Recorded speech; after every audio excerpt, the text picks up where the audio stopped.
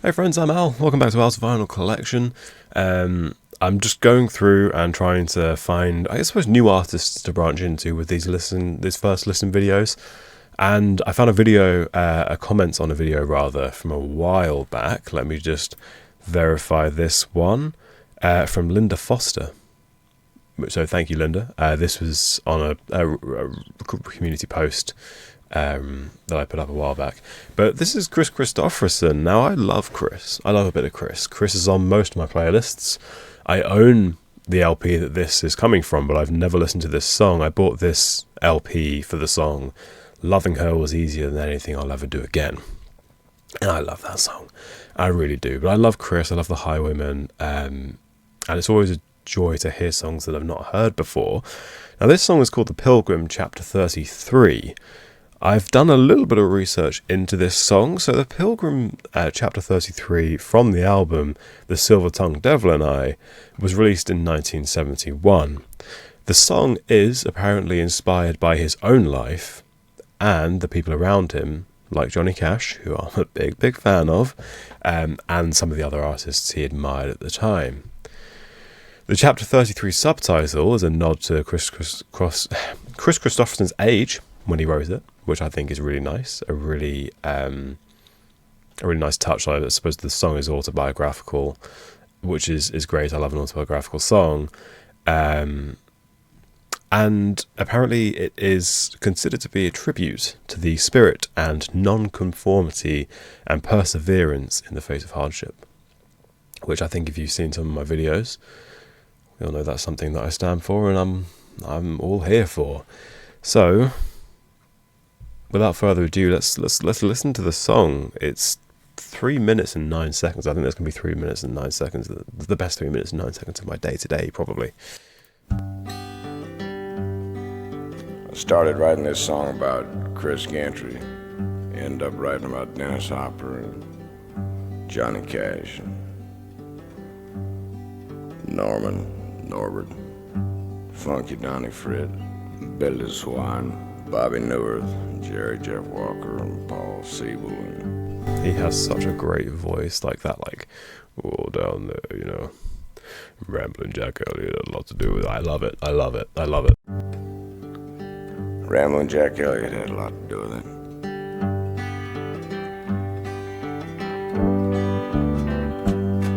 See him wasted on the sidewalk in his jacket and his jeans, wearing yesterday's misfortunes like a smile. Once he had a future full of money, love, and dreams, which he spent like they was going out of style.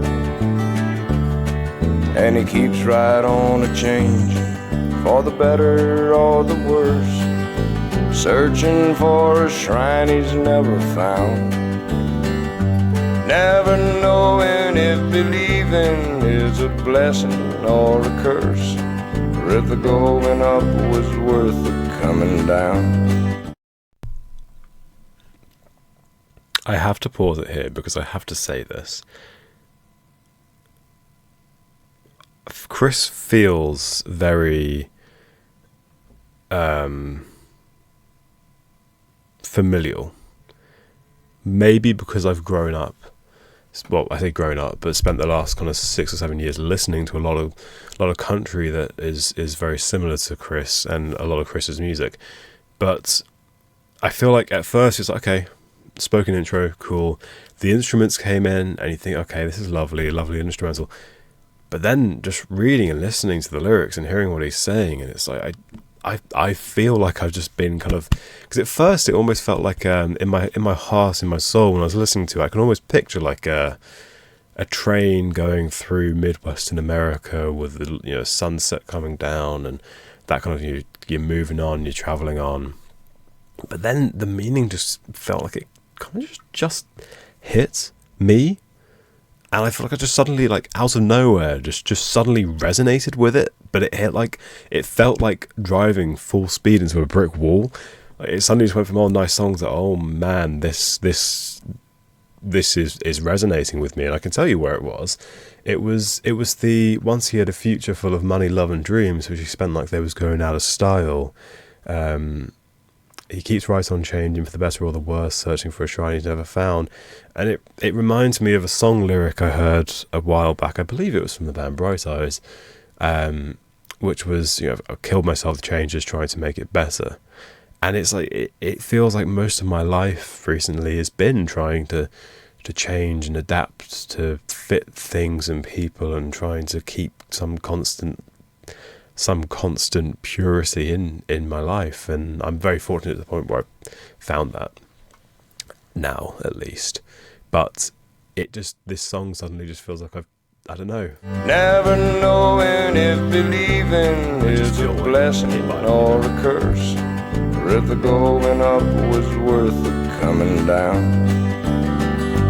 He's a poet and he's a picker, he's a prophet and he's a pusher, he's a pilgrim and a preacher and a problem when he's stoned. He's a walking contradiction, partly truth and partly fiction, taking ever wrong direction on his lonely way back home.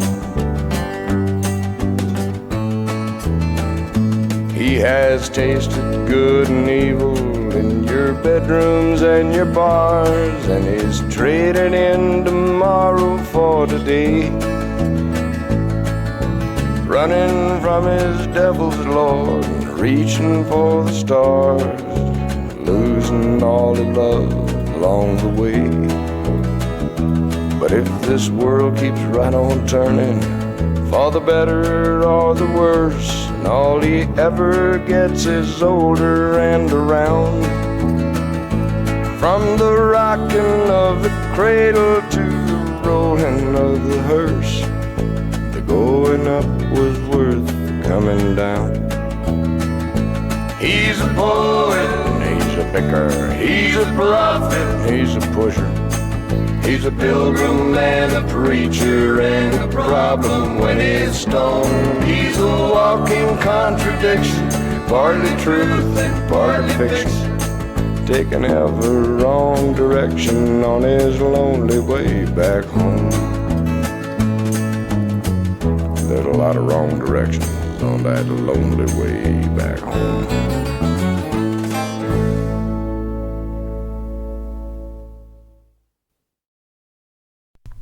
Okay, so now the song's over, I want to point out a few things I picked up on.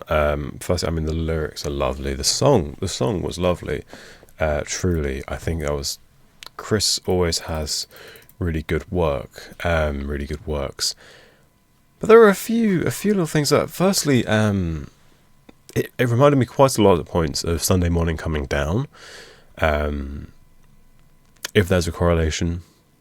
And there must be a correlation, because there's lyrics about, what was it? He's a problem when he's stoned, and I believe there was, if the going up was worth the coming down.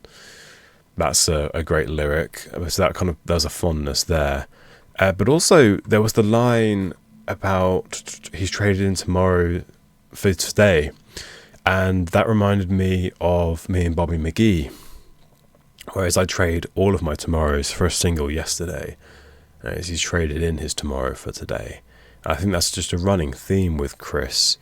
I suppose it is in that sense. There is a correlation, a deeper correlation. Me and Bobby McGee is almost a song. Well, it's a song about freedom, isn't it? About a life on the road, life on the run almost, and you have the line, freedom's just another word for nothing left to lose, which I think I've kind of lived by at this point. Whereas this song feels like it's someone yearning for freedom and doesn't have the freedom but wants that freedom. I think it's a lovely song. It really does resonate though. I'm just looking at the lyrics now, and I think in the chorus, okay, lyrics aside, instrumentation is beautiful, as it always is with Kris. When I mentioned I did a Joni Mitchell video just before this, for Big Yellow Taxi, and I mentioned the differences between kind of like country and what I consider country, and this kind of 70s country feeling, the 70s country vibe. with songs like Kris Kristofferson's music, where it's just have like a very relaxed instrumental, very relaxed atmosphere. And this song really kicks in with that when we come into the very start of the song. See him wasted on the sidewalk in his jacket and his jeans. It's that plucky, prominent bass. You've got the double track guitars. You've got the very light piano coming in. The walk ups and the walks down on the guitar, very reminiscent of Johnny Cash. If you kind of know, like, oh, I walk the line, you got that lovely the walk up and the walk down. But also coming into the chorus where you've got almost like a call and response. So you've got, He's a poet. He's a poet. You got the whole ensemble singing and the backing vocals. He's a picker. And he's a picker on his own. He's a prophet. He's a prophet. He's a pusher.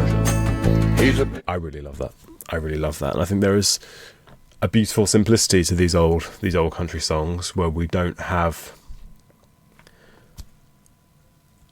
I suppose, the production capabilities that we have today. When you're presented with a digital audio workstation and you can have hundreds upon hundreds of different tracks and you can do whatever you want with the tracks, your virtual instruments coming out your ears, anything you want at your fingertips.